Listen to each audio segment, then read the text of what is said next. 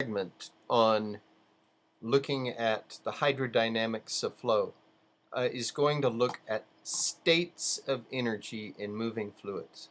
And the first thing we're going to address is the concept of head, which is another way of describing energies. And then we're going to create and derive the Froude equation. And head is a way of representing the energy in a stream as meters of height of the stream, of elevation in the stream, instead of in terms of energy. And so if you look at it, we can rewrite the Bernoulli equation as this. If you get E over GH comes out to be meters, which we're going to call head in terms of energy. Rho G, if we divide through by rho and G, H over rho G gives us something in meters, so all the units cancel out. Rho GH comes out as H, and 1/2 U squared rho becomes 1/2 U squared over G. And so this represents the energy in a stream, but in using different units. It's often a very convenient way of talking about streams, and it makes the difference between potential and kinetic energy really obvious. So here, just by the height of the stream, the depth of your stream is your potential energy, and this is the kinetic energy done in terms of meters. So the interesting thing about this, is that this equation is a parabola.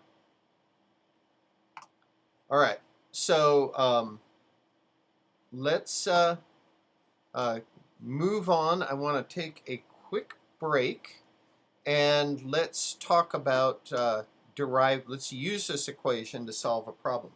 So on your own, I want you to determine the energy in terms of total head, which is this capital H, of a stream that is 2 meters deep, traveling 2 meters a second.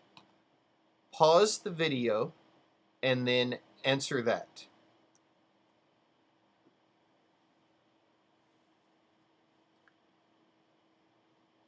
Hopefully you've paused the video and answered the equation of whether a stream with 2 meters of depth and 2 meters per second of velocity, what it comes out to. So 2 meters of velocity squared is 4, divided by 9.8 is going to be about a half, right? 4 divided by, it's about 0.24. Excuse me, 4 divided by 9.8 is 0.54, times a half gives you about a quarter. So a half times a half is about a quarter, and the depth is 2, so the total head is about 2.25. I'm rounding off because I'm doing this in my head while I'm talking. Now let's, hopefully you all got something like that. Notice that the kinetic energy adds a lot less energy in most streams than does the potential energy. We can rewrite that total energy equation so that we get rid of U. And the way we do that, the reason we're going to do this is we're going to want to do a differential equation. So the first thing we can do is replace U with discharge, which is the total cubic meters of water divided by the depth, and that, so cubic meters of discharge over depth times GH gives you, or cubic meters of discharge, Q over H squared gives you this, Q squared over H squared plus H. So now everything is in terms of H. And this is a simple quadratic equation now. So we can then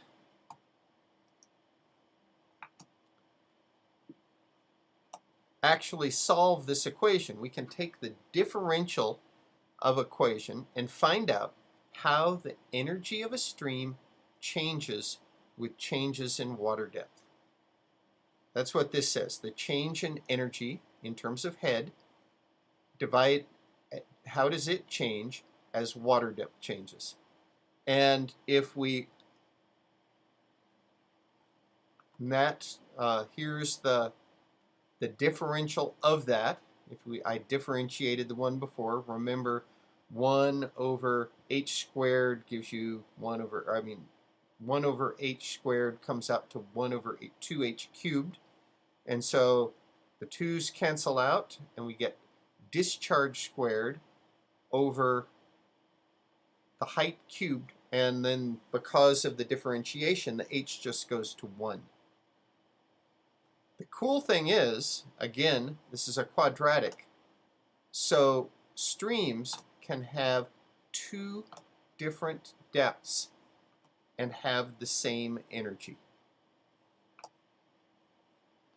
Let's move on. If we graph this function, if we graph the energy in a stream, and these are engineers, so they use y instead of depth, we find that the energy in a stream will decrease, and as it decreases, the water depth decreases to a certain point. And at that point, the stream that has you can change the water depth without changing, you can change the energy, the water depth, without changing the energy in a stream at all. And then, if we continue to lower the water depth, we increase energy. And so energy decreases with decreasing depth and then increases with decreasing depth. Here is discharge in a stream, and it graphs, I'll ignore that because it's not important. So, if we evaluate the stream at that critical depth, which if you'll remember is where we can change depth without changing energy, that is where the change in energy with depth is equal to 0. And that gives us this equation here that we had from 2 slides before, where the discharge squared, the unit discharge squared, divided by the h cubed equals 1. If we now replace the discharge, remember it was q over h, with velocity was equal to q over h, so we can put velocity back in, take q squared over h squared, that gives us velocity squared over gravity times depth. So at the critical velocity, the velocity squared equals gravity times depth. And there, we can now change the energy in a stream without changing depth. So the critical velocity, there's for each flow, each discharge, each stream, there's some critical velocity where the actual energy in that stream is at a minimum. We can also determine how much a stream is above or below the critical depth. And that's called the Froude number, F-R-O-U-D-E, Froude.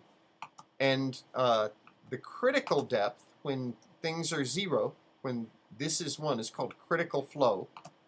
When this number is below 1, in other words, when this depth times gravity square root is greater than velocity, then we have what's called subcritical flow, because it's below critical. So it's 0.1, 0.8, 0.9 is subcritical flow. When velocity is greater than the square root of gravity times depth, it's called supercritical flow. And the cool thing about this is we can lose energy in a fluid 2 ways. We can either decrease velocity or we can decrease the water depth.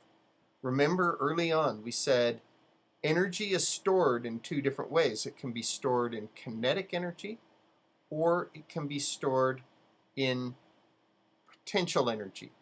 In subcritical flow, most of the energy is stored as potential energy, as depth. In supercritical flow, most of the energy is stored as velocity. And it causes the stream to change in very different ways. So let's go back up to this. So in supercritical flow, or let's start with subcritical flow. Now let's start with supercritical flow. Sorry about that. As we decrease the water depth, the energy, the velocity decreases. And because the velocity is decreasing, the water depth increases. So as the stream loses energy, the velocity of the stream decreases and the water depth increases. In subcritical flow, it's the opposite. As energy decreases, water depth decreases. So this is depth, water depth decreases, and weirdly enough, velocity increases.